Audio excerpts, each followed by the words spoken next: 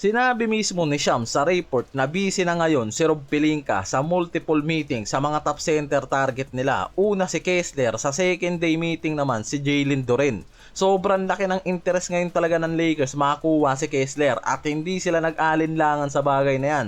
Si Jalen Duren din parang sa ngayon after umalis sa kanila si Lebron, nagkaroon sila ng halos 50 million kasi na cap space para lalong lumakas yung loob ng mga to sa trade. After ng meeting ng Lakers kay Duren, lumabas yung mga report ni Sam Amick. Sinabi mismo ng Lakers dyan na nasa supermax level player siya.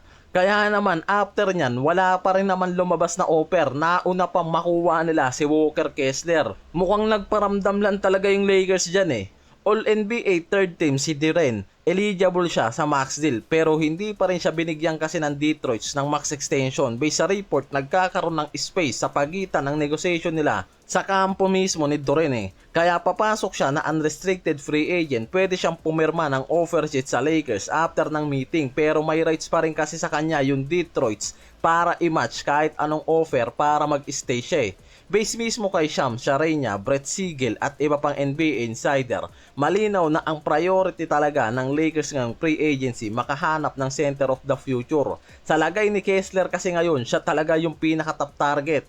Mas may chance sila na makakuha yan dahil hanggang ngayon hindi pa rin kasi malinaw kung gusto pa ng Jazz na i-match ang offer sa kanya after i-decline niya mismo yung 5 years 140 million na extension. Dahil pwede kasing hindi ganun habulin na siya ng Jazz lalo't marami silang big men ngayon sa lineup. Based sa mga insider, may mga teams na ready rin mag-offer kay Kessler around 30 to 35 million per year. Pwedeng umabot pa sa high 30 million yung range ng annual niya. Ang offer sheet sa kanya ngayon pwedeng umabot ng 120 to 140 million sa 4 years. Kaya inangatan lang ng konti ng Lakers 130 million sa 4 years ang binigay nila. Sa ngayon nakikita na kayang ibigay kasi talaga yan ng ibang team. Kaya nga magkakaroon ng malaking bidding war kung pinatagal pa nila sa free agency itong si Kessler. Ang daming mga analyst naman ngayon at insider yung naglalabas ng mga idea about kay Lebron after pumasok siya na unrestricted free agent. Yung pinakamatunog talaga dyan, Warriors dahil sobrang interesado rin sa kanya yung Warriors at ready kung sakaling magdesisyon siya mismo na may pag-team up kay Curry at Green Yung mga fans lang naman kasi mismo yung nagpapaingay ng usapan na yan. May mga nabasa pa nga akong comments na magkakasundo yung mga Tagalog at Bisaya kung pupunta si Lebron sa Warriors. Pero yung mga analyst mismo yung nagsasuggest kung gusto talaga ni Lebron ng champion contender na lilipatan ngayon, pwede siyang lumipat sa Eastern at sumama kay Giannis at Bam Adebayo sa Miami Heat. Lalo base na rin mismo kasi sa agent niyang si Rich Paul, ready si Lebron tumanggap ng salary discount sa free agency ngayon.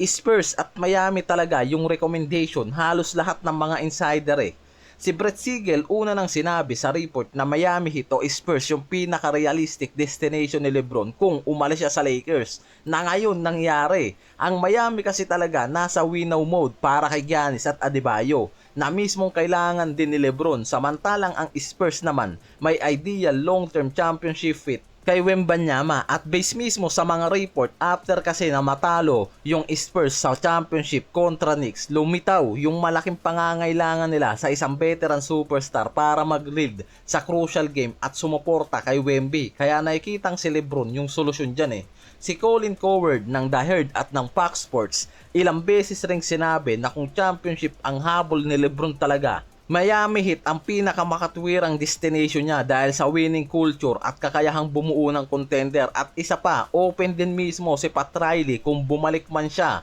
Tinalakay rin dyan yung Spurs bilang isang kaakit-akit na option niya dahil sa batang core at championship push ng lineup. Sinabi naman ni Shams na hindi nga raw usapan na lang kasi to sa laki ng contract na pwedeng kuhain ni Lebron sa free agency. Kung saan nga raw masaya si Lebron at makikita niya yung championship window, dyan yan malamang sa malamang pumunta. Ang Spurs under luxury tax na rin, wala silang sapat na cap space para magbigay ng maximum contract lalo kung wala silang balak mag-trade o mag-waive ng ilang cap hold o exception para magkaroon ng additional cap room. Kaya possible hindi sila magbigay ng malaking contract kung kukunin si Lebron Possible offer nila 1 year to 2 years contract na mas mataas sa MLE pero hindi full max at depende na lang sa cap room. Samantalang ang Heat over the salary cap rin, hindi na sila makakagamit ng normal na cap space nila. Mas pabor sa kanila gamitin yung salary cap exception. Yan yung pinakamalaking bagay nga raw na pwede nilang gamitin. Non-taxpayer mid-level exception.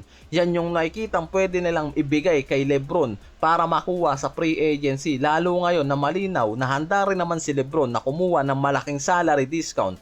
Hindi nga usapan to sa laki ng contract. Malinaw na championship contender team ang habol niya at possible dyan siya pumunta. At yan mismo yung nakikita dyan.